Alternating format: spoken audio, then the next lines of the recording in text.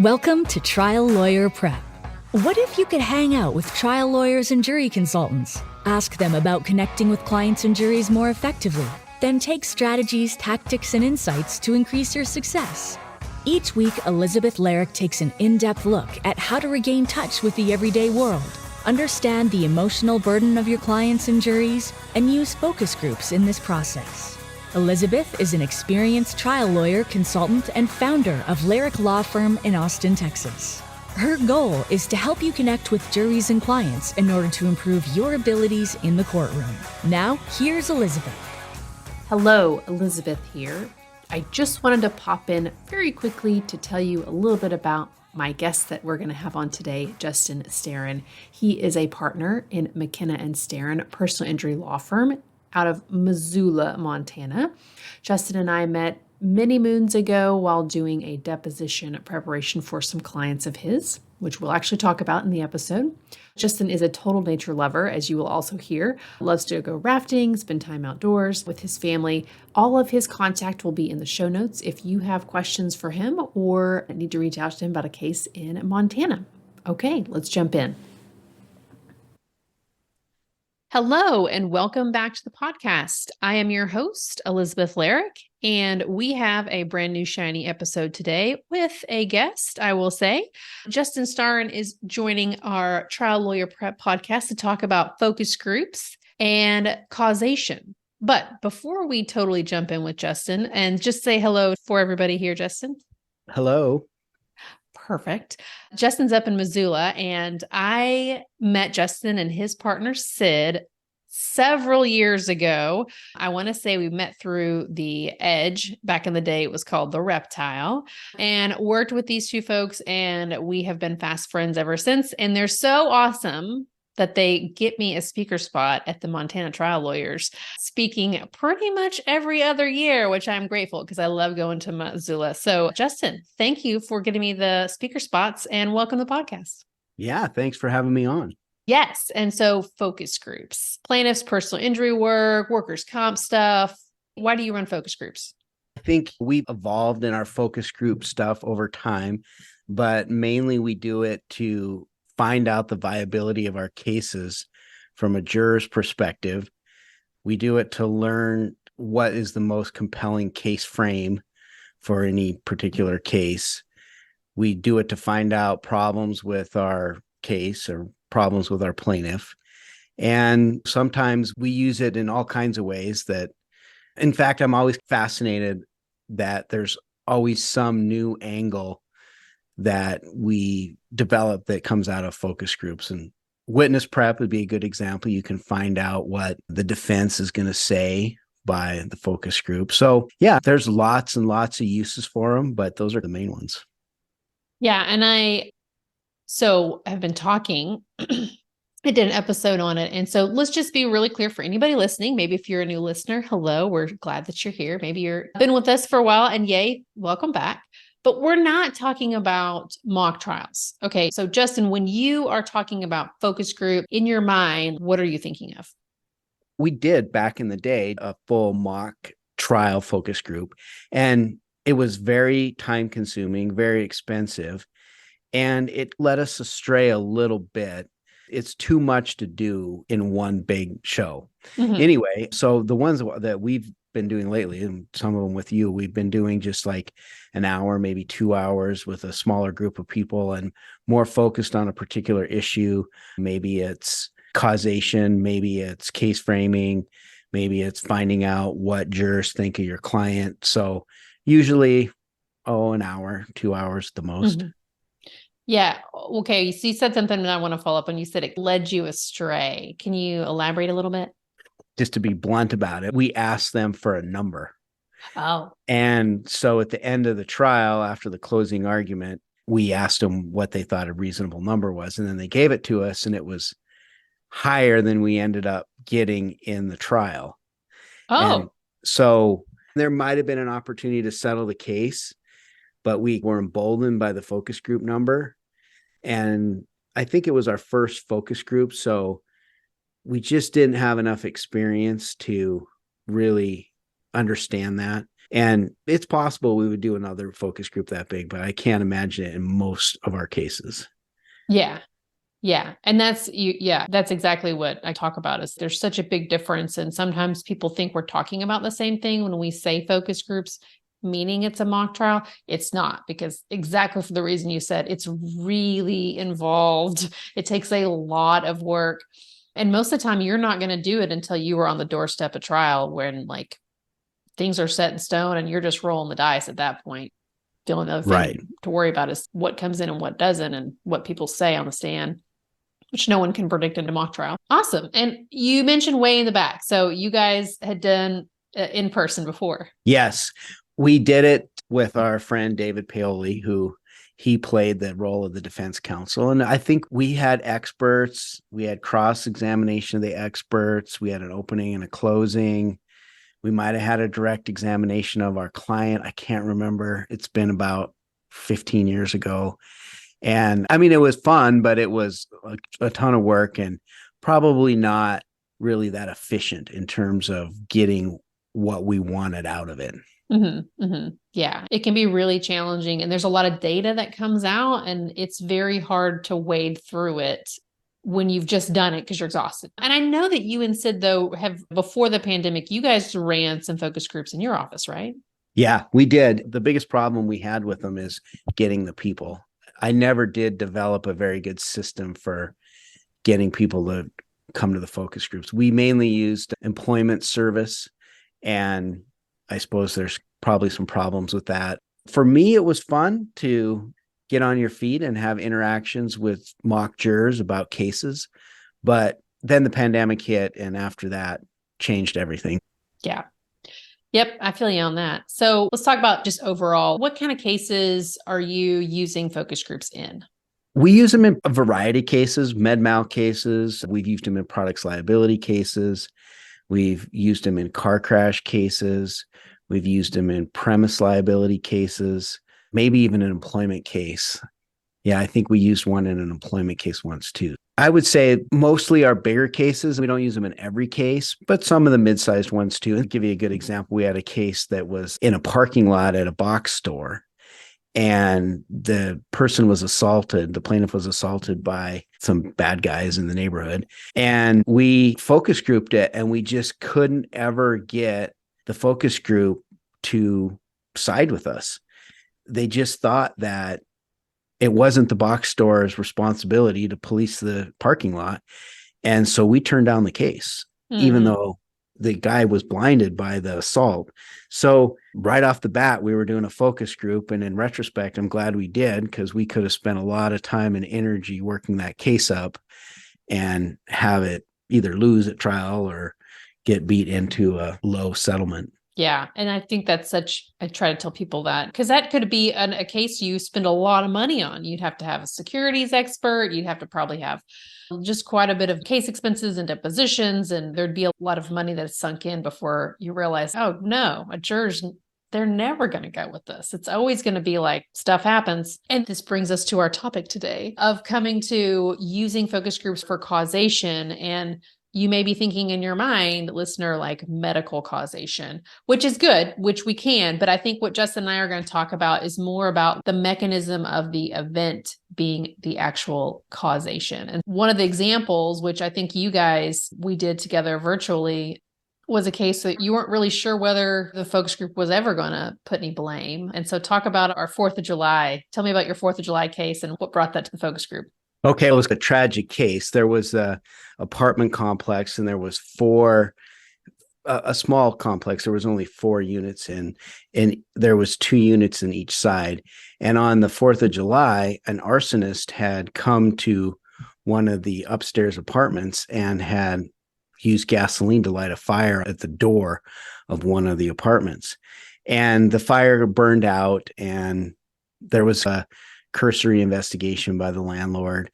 And then 2 days later, the arsonist came back, used more gasoline this time, and burned the entire place to the ground in record time, in a matter of hours. The whole place was just completely burnt it to the ground. And our client was in one of the upstairs apartments, and she had to jump out of the window to escape the fire. And so the question really was, who's at fault for this? Who's responsible for causing the harm? And is the jury going to put all of it on the arsonist? Are they going to put some of it on the landlord? Or are they going to put some of it on her? How do we work this out? And so that's what we reached out to you to come in and do a focus group and try to walk us through that. Yeah. Because again, at any point, they could have just been, well, who could ever predict an arsonist? Like, why would a landlord ever be able to predict that? And I think the other thing that was so crazy about sticking out of my mind, and again, just so everyone knows, this is something that's been is long gone, and we're not worried about any confidentiality here. We're not going to mention any names or anything. What amazed me was like the pictures of the fire. There was one entryway, one set of stairs up to the second floor. And the arsonist, first go around, he said, just a little fire and they got it out. The second go around, he put so much gasoline, it burned the stairs. So the people in the upstairs units could not get out. And then there was all this whole other, maybe there's a conspiracy and the people upstairs. And Justin was very good about creating some visuals for us and using some pictures. But yeah, I think we ran it more than once, I want to say, just to secure and get all the questions and everything. But tell me, if you can, what you remember about what kind of feedback did we get about what happened there? I think it was a mixed bag at first, and it really focused our attention on how we were going to frame the case as a systems failure instead of a one-off. And the more that we were able to learn from the focus group, the more we were able to build this idea or this frame that a landlord does have responsibility. And we're trying to get around some of these causation heuristics where a focus group juror might just focus on one piece of bad conduct by the arsonist, and that would be the end of the analysis. And we tried to move it back in time to what was their security system like? What did they do to prevent arsons or other crimes on their premises? That's where they fell down, and that's where the focus of the case shifted after the focus groups. It really helped us learn how to figure out what was the root cause of the problem from a focus group's perspective.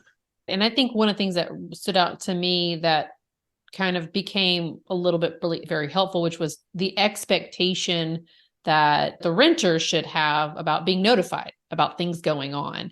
And I think that was one of the biggest facts that you guys found had a lot of draw to it, which was that nobody told anybody. It was all this gossip between the renters. That's how the rest of them found out.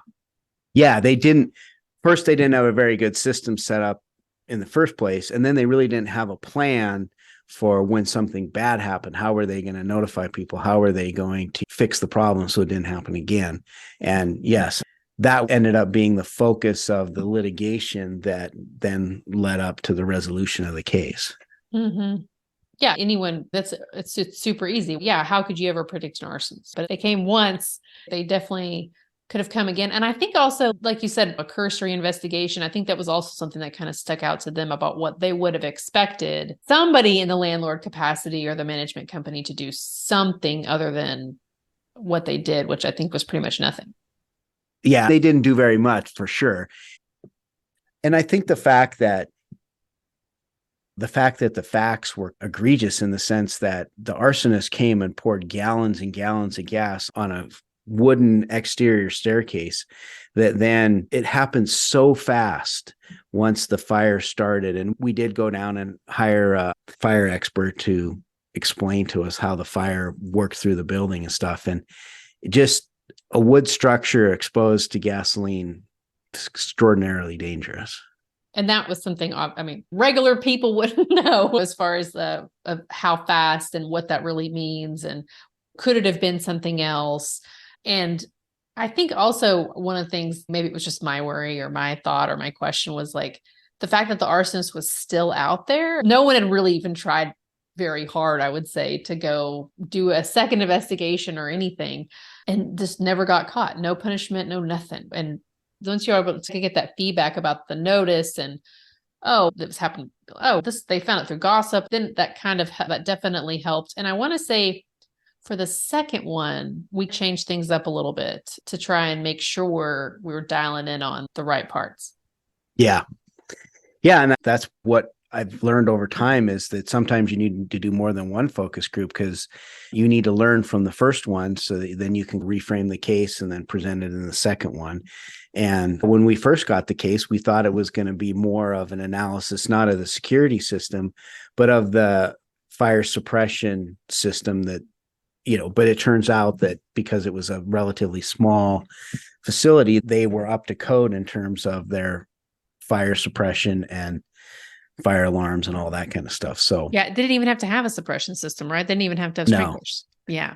And I always find that super interesting where we have an idea in our minds, like what makes sense sometimes legally. And then it's, oh, what's the simplest thing that could have stopped them? Get a freaking Ring doorbell. That's what a lot of them were just like, wait a second, this is easy. Right. Like you can go get a camera for $5 or something and put it up there, even if it's fake. And that still deters people. Like they had so many good ideas. And I was like, oh yeah, okay, this is way easier than trying to have a sprinkler system and a pretty low rent apartment complex.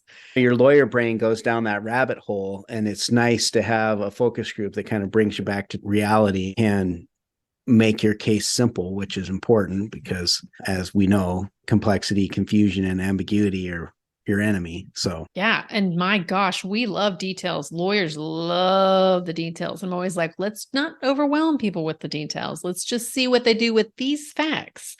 Because yeah, there's so much detail that we get into that we have to, right? We've got to dig through all the fluff and all the stuff to then put everything together. But at the end of the day, when you go to trial, it's really simple. You really want to try to avoid all the extra confusion, and you got to plant your flag. You got to pick your path. And if you try to have two paths, it becomes way too confusing because there's always going to be extra evidence for both ways. And it's hard, although I can hear people listening, going, well, what if there is contrib? And what if they do have to take some responsibility? That's a little different than, like Justin is saying, was it a security system situation or a fire suppressant? You tried to go both avenues and you didn't test out which was stronger, you could just be spinning your wheels and just confuse everybody to begin with.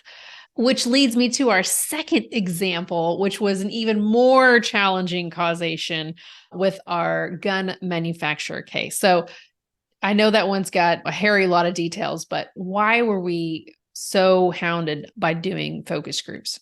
it was a very complex kind of factual scenario, and there was no witnesses to the incident where a young person had a firearm and ended up shooting himself with it.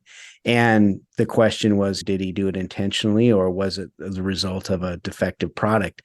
And there was so much emotion and there was so many factors that we felt like we had to do focus groups to try to understand it. And it was a very challenging case for a lot of reasons, but just even the simple scene was challenging to try to figure out. And I think the causation of why it malfunctioned was difficult because there were so many pieces, like that part alone. Let me just tell you, people, they sent me, how old was this video of the inside of a gun and how it works? I don't know, but I took it and I slowed it down so I could understand, and we could try and watch it together with a focus group so they would be able to understand like why this was something that could happen without it. The gun could go off for you accidentally drop it, you literally touch it, you don't have to do anything to it, and it'll just go off all on its own. And it was just like, okay. And then add in this whole other complication of a very young person who the whole defense was this is really sad, this is just a case of suicide. And the amount of work they had done to basically put so many facts on that side of that defense. And then you guys trying to figure out like, okay, we've got to be able to really pinpoint this causation of how it malfunctioned and then put it into the set of facts of what happened that day, that morning. And it was just really, I'm complicating it just by saying, it sounds complicated just by me saying it. I think I drafted that part of the opening statement maybe 15 or more times, and I would get done with it. And then I would bring it back to the team and I would say, okay, here's my latest attempt. And then they would shoot it down and say, oh, it's too complicated. It's too confusing. You got to make it simple. Why do you have to pretend like you're an engineer, blah, blah, blah. And it's probably the most challenging thing I've ever done as a lawyer, was to try to figure out a way to simplify that level of complexity and not sure we ever really got there. Yeah. At the end of the day, they were the focus group, and I think we did 2 or 3, I want to say, and the focus group was still just came down with a lot of confusion. And unfortunately, it was just like, what's the simple, instead of trying to understand or learn, or the simplest thing was for them just to blame him, which was, of course, not Right. what we wanted. Another thing, of course, which is so frustrating as lawyers sometimes, is there were mountains and mountains of evidence and proof of all of this stuff. And it was going to probably come in. And that was like the other hard thing was like, okay, how do we synthesize? How do you guys like siphon all this like really good hard proof? It was a huge challenge. Yeah, it really was. That one would be just tough. I know. And I'm glad again, this is another one that has been closed out, but just another one of those ones where it's holy mackerel, like having to try that case because you guys were coming up on the doorstep. Wasn't one where it came and this was the beginning part. No, this was at the end of trial prep. Let's run this opening. Let's put these pictures out there. And I think the hard part was because, again, coming at the tail end and getting ready to try it, there were so many pieces of things that just weren't even available because at the time that all happened, no investigation was done at all. Certainly not at the level that I think you would expect for a death. And I think there was just some assumptions made by the law enforcement officials that investigated the incident of what it was. And they really didn't take a deep enough dive into the cause of the incident. And that ended up making it very difficult to try to reconstruct.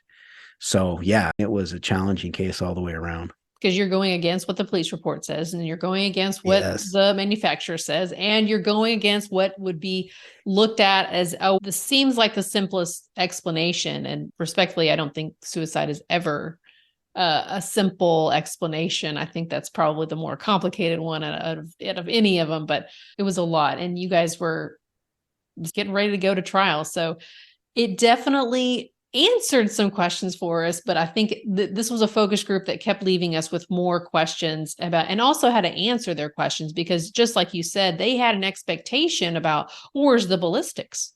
I didn't do the powder thing they do on CSI for the gun residue. Right. That always seems to be the case. There's always seems to be like a juror's expectation that there's going to be a lot of kind of CSI type evidence. And as everyone that's probably listening to this podcast knows, that rarely, if ever, happens. So no. And you guys had tried that. Okay, we have pictures, and it was not enough because it was just going to be, it was just so close, as far as like the distance and all the stuff. But it's just, they all, of course, expect that. It's like whenever we do a focus group now, I don't care what kind of focus group it is, like, well, where's the video footage? I'm like, so everyone just expect your car is going to have some kind of video camera, the front door, the convenience store, which I think we get used to that. But at the same time, do you have video in your car? No. Why would you expect anybody to be at the video? But that's just one of those things. Oh, well, where's the ballistics? Where's their gun residue? And you didn't do the whole like recreation thing? Oh man. So yeah, there's a lot of expectations people have out there. And especially in that particular case. And it was just like, how do you get around that? Because you were going to have to like have a little side tussle with the police while you're in the middle of having this other case again with the gun manufacturer. So yeah, there were lots of issues for sure in that case. But do you feel like the focus groups helped the case resolve? Yeah, definitely. I think that's definitely true. It certainly showed us what we were up against in terms of trying to persuade people's preconceived notions of what the case was about or what a manufacturer's responsibilities are. Some of the more preconceived notions that people have about these kind of scenarios were just clarified for us to the point where we could then take a more honest look at our case and value it in a different way than if we hadn't done those, and we would have maybe got overconfident. And yeah, definitely. I've never had a focus group that I didn't think helped. Every one that we've ever done helped in some way, some more than others, but I've learned something from every one of them. And he means some more than others. He means the first one we ever did together, because Sid and Justin were my guinea pigs. They were my very first virtual focus group in May of 2020. I was like, y'all, I'm going to try this out. Let's see how this works. I think we had 4 people there. Do you remember we had 4 participants show up? Yeah. Do you remember what we ran? I have no idea what case we did, what we ran at all, but I think it was just, is this possible? Is this going to work?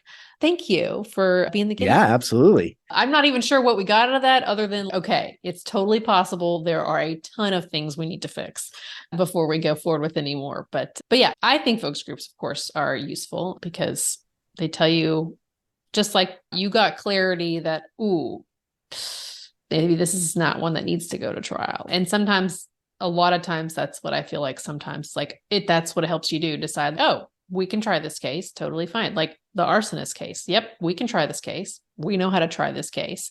We're going to get past those little things that they think. And then other times this is more than we can bit off, more than we can chew, for sure. I was thinking about that one case that you helped us with, the misdiagnosis of the cancer tumor. And after we did a focus group in that case, we learned that, and I'm going to give you the brief facts. So there was a young girl who had a growth on her arm, and the surgeon removed it, sent it to the pathologist, and the pathologist put it under a microscope and looked at it and said, there's no cancer. A few months later, the tumor came back. The surgeon removed it again, sent it back to the pathologist. This time, oh, yeah, there's cancer. And by the way, that first specimen you sent us was also cancerous. So we got a problem. And what we learned in the focus group that really helped us in the preparation of the case was that they were going to blame the mom for not getting a second opinion.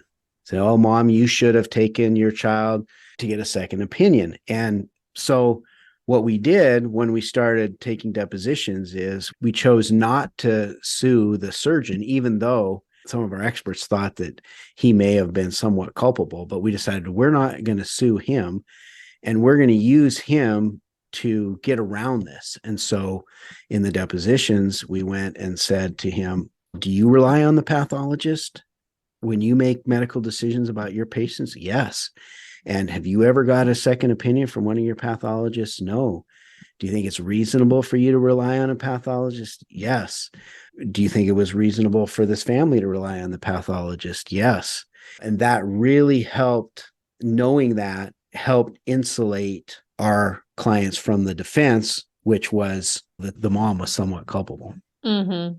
And then it was like her deposition, like they couldn't get her to do anything. She absolutely positively would not budge 1 inch and just gave them a run for their money. Hardcore. Right? The epitome of a mama bear for sure. And terribly sad case. It's so sad. But you guys fought that thing all the way to the end. I remember you were like, we're going to have to go to trial. I was like, all right. Yeah, that was, let me come back. I'll come back and help. Cause yeah, it was just like, you guys had been really with them for so long. And there were so many other extraneous things that were happening that were just like, oh my gosh, we have to get this finished. Like there's a time constraint here. This woman is basically going to succumb to this cancer before we're finished. Like she was such a fighter. Her whole goal was to hold them accountable. But yeah, such a good way to use focus groups in the beginning, because you guys, that's a pretty big case strategy thing to do, to not sue somebody. When right. most people would have said, oh no, you sue everybody and then they'll pay you to get out, which can cause a lot more problems than it does put extra dollars in your pocket. And I think he was grateful to us for not suing him, and it made it easier for him. I think he would have done it anyway, but it made it easier for him to go to the deposition with less stress in terms of his testimony at the deposition. And it really worked out very well because he was kind of a charming, he was an orthopedic surgeon. They typically are people persons, unlike a pathologist who's behind the scenes. And they're the nerds. They're one of the smartest people that come out of med school because they got to look at microscopes and that's just all there is to it.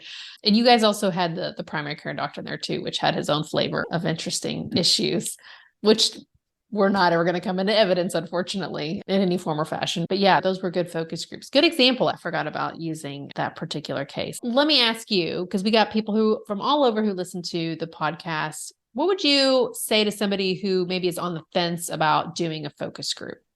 I would say do it and see how it goes. Like I said, I've learned something from every one of them, and they're just not that much money compared to what you could spend just spinning your wheels about what the case is about, or fretting over some fact that you don't understand how it fits in the context of the frame that you've developed.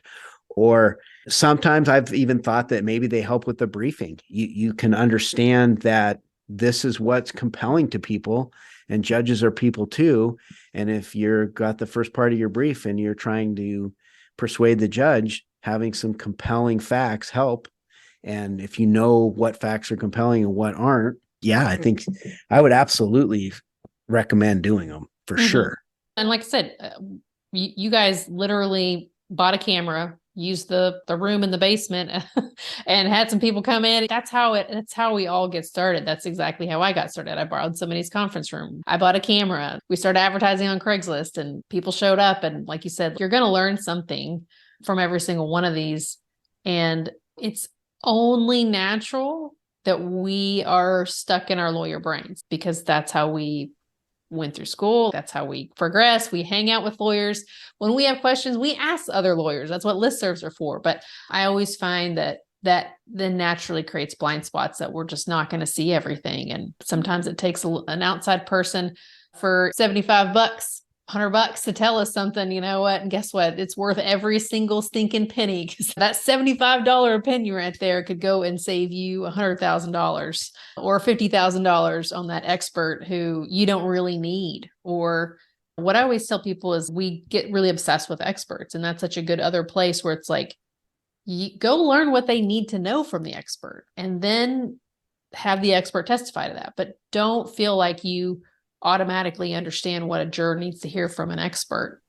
And I got to tell you, experts don't really like that, because they're like, I want to tell my whole blah, blah. And okay, you need to get a different expert, because they clearly don't get trial. Like, there are experts that you take to trial, and there are experts that you take to get it settled, right? And there are. I can think of a really good example in Texas right now where it's, oh yeah, if I'm going to trial, that's the guy I'm picking. If I know I need one, but I'll go over here to this pile of people. There's just a huge difference, because they get that the jurors involved. It's not just about them and, pontificating their opinion. Total soapbox and sidebar. Sorry about that. All right, Justin, you're in Missoula. And folks, if you want to learn more about Justin and Sid, then I'm going to put all the contact information in the show notes. Justin is also a river rat. So if you have any interest in river stuff, and I'm going to say river stuff because if you live in Texas, you get it. We don't have rivers. We dam them up to make lakes. But anytime I've been up to hang out with Sid and Justin, I get to go on the river, and I'm always grateful. So thank you for my river trips. Yeah, we're gonna turn you into a dirt bag by the end of this for sure. So the funny thing is, another sidebar here, when we float down the river in Texas, we get a tube and a cold beer, and we put our butt in the tube, and you just float down the river. Not so much in Montana. You're going to get swept away. Got to get a whole boat thing, which is not even a boat. I'm probably not even saying it right. Justin gets out there. How many boats do you have? It's not a boat. It's a raft. I have a couple rafts, some kayaks. Yeah, lots of boats. Lots of boats. He even took the whole fam down for a couple. How many? Was it a week? A week, 10? yeah. Yeah, 10 days down the Snake River. The salmon and the snake, yeah. Yeah. Nice. See, I remembered. All right. If anybody wants to know about rivers or personal injury cases, and they still have workers' comp in Montana too, by the way. We had Matt Murphy on, and he talked about workers' comp, which doesn't really exist in Texas anymore, and other places too. Justin, thank you so much for joining us. Yeah, thanks for having me. Until next time, thank you so much. And everybody, if you enjoyed the podcast, please rate and review on your favorite podcast platform. And if you haven't done so, go and follow and connect with me on LinkedIn. That link will be in the show notes if you weren't already doing it. All right. Thank you.